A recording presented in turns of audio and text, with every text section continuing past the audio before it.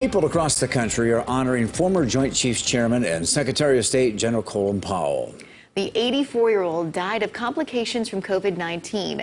He was fully vaccinated, but had underlying health conditions that affected his immune system. Tonight, we hear from Congressman Dusty Johnson, who calls Powell a well-respected military leader and a trailblazer of his time.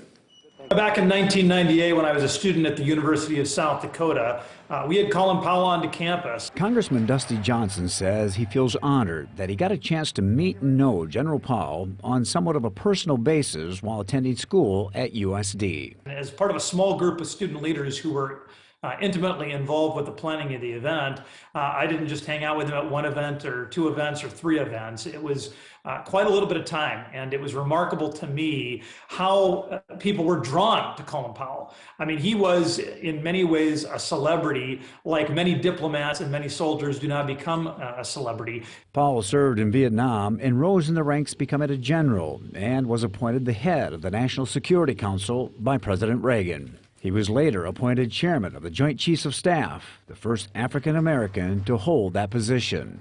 But it was Operation Desert Storm in 1991 that made Powell an even more familiar face. Our strategy to go after this army is very, very simple. First, we're going to cut it off, and then we're going to kill it. Johnson says that's how a lot of Americans will remember the one-time military leader. I also think one of his great legacies was how calm, cool, and collected he was. There are many people who can lose their minds during difficult days. That was not General Powell when he served as Secretary of State, when he was an Army officer, when he was the chairman of the Joint Chiefs of Staff. He always had that wise and calm approach toward problem solving. Our country was incredibly well served by that.